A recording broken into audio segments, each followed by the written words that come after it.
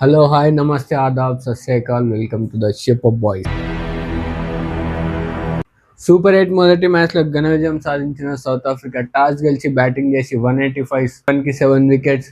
ఆ తర్వాత చేజింగ్కి వచ్చిన టీమిండియా 11కి ఆల్అవుట్ అయింది.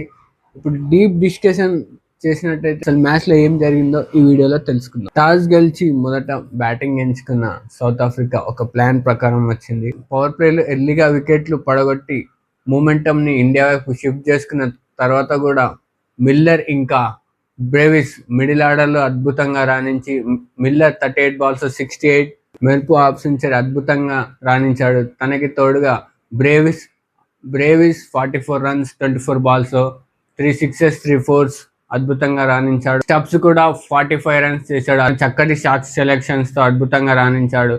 ఒకవైపు బూమ్రా తన మిసైల్స్ వదులుతున్నా కానీ మరోవైపు టీమిండియన్ బౌలర్స్ ఎక్స్పోజ్ అయిపోయారు. ఆఖరి ఓవర్లో హార్దిక్ పాండ్యా 20 runs సమర్పించుకున్నాడు.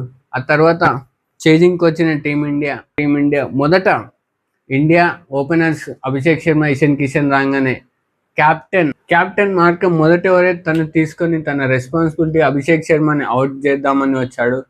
అభిషేక్ శర్మకి స్పిన్నర్లే ఎందుకు వస్తున్నారంటే కన్సిస్టెంట్గా 3 times డక్అవుట్ అవ్వడం, అది కూడా స్పిన్నర్లో. సో తన వీక్నెస్కి తెలిసిపోయింది అందరికీ. సో అడిమ్ మార్కం రావడం.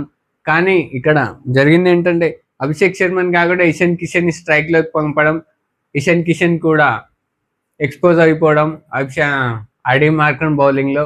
ఒకరి కోసం వేట వెళ్తే ఇంకొకరు దొరికిపోయారు.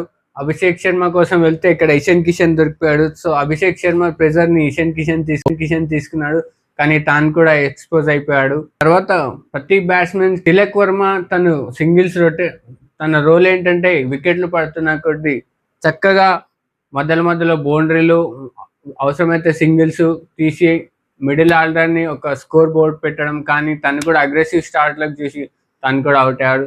ప్రతి బ్యాట్స్మెన్కి వాళ్ళు సౌత్ ఆఫ్రికాలో ఎవరు ఏ బౌలింగ్ వేయాలనేది ప్లాన్ ప్రకారం వచ్చారు. అందుకే పేస్ ఎక్కువ జనరేట్ చేయలేదు, స్లో బౌలింగ్ వేసి అందరినీ కట్టడి చేశాడు. సౌత్ ఆఫ్రికా ఫీల్డింగ్లో అయినా బౌలింగ్లో అయినా బ్యాటింగ్లో అయినా ఒక స్ట్రాటజీ ప్లే చేసి ఇండియాని డామినేట్ చేసే పూర్తి స్ట్రాటజీతో ఇండియన్ ప్లేయర్స్ని ఎలా కంట్రోల్ చేయాలో ఆ కంట్రోల్ చేస్తూ బౌలింగ్ అయినా బ్యాటింగ్ అయినా అద్భుతంగా ఆడి గెలిచారు. ఇక్కడ సౌత్ ఆఫ్రికా బౌలర్లను మెచ్చుకోవాలి, ఎందుకంటే ఈ పిచ్ని కండిషన్ని దృష్టిలో పెట్టుకొని వాళ్ళు ఎక్కువ పేస్ జనరేట్ చేయలేదు. లుంగి ఎంగిడి రావడం తన పేస్ వచ్చి 130 నుంచి 140, కానీ తను 100 లోపే వేయడం. ఆ తర్వాత రబడా కూడా ఎక్కువ స్పేస్ జనరేట్ చేయలేదు. మార్కో ఎన్సెన్ కూడా స్లో బాల్ వేసి ఇండియన్ టీంని కట్టడి చేశారు.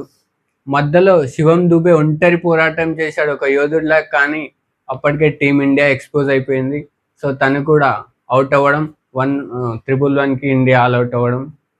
ఒక ప్లాన్ ప్రకారం వాళ్ళు 2024 రివెంజ్ తీర్చుకున్నారనే చెప్పవచ్చు.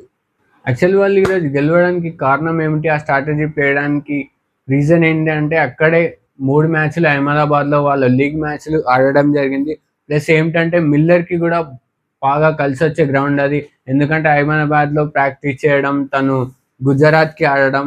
సో అక్కడ అందుకే ఈరోజు మెరుపు హాఫ్ సెంచరీ చేశాడు, అద్భుతంగా ఆడాడు. సో ఈ అనుభవం వల్లే ఇండియాని డామినేట్ చేసి ఘన విజయం సాధించింది సఫారీలు. అవ్వాలంటే నెక్స్ట్ 2 మ్యాచ్లు కంపల్సరీ గెలవాలి బిగ్ మార్జిన్తో, అప్పుడైతే నాకౌట్స్కి వెళ్ళే ఛాన్సెస్ ఉంటాయి ఇండియాకి. టీమిండియా సెమీఫైనల్కి క్వాలిఫై అవ్వాలంటే 2కి 2 గెలవాలి. మరి గెలుస్తుందా అని ఎందుకు అంటున్నానంటే జింబాబ్వే ఆస్ట్రేలియాని ఓడించి టేబుల్ టాపర్గా సూపర్ 8కి వచ్చింది. వెస్టిండీస్ కూడా చాలా స్ట్రాంగ్ టీమే, కాబట్టి గెలుస్తుందా గెలవదా సెమీస్కి వెళ్తుందా, మరి మీరేమంటారో కామెంట్లో తెలపండి.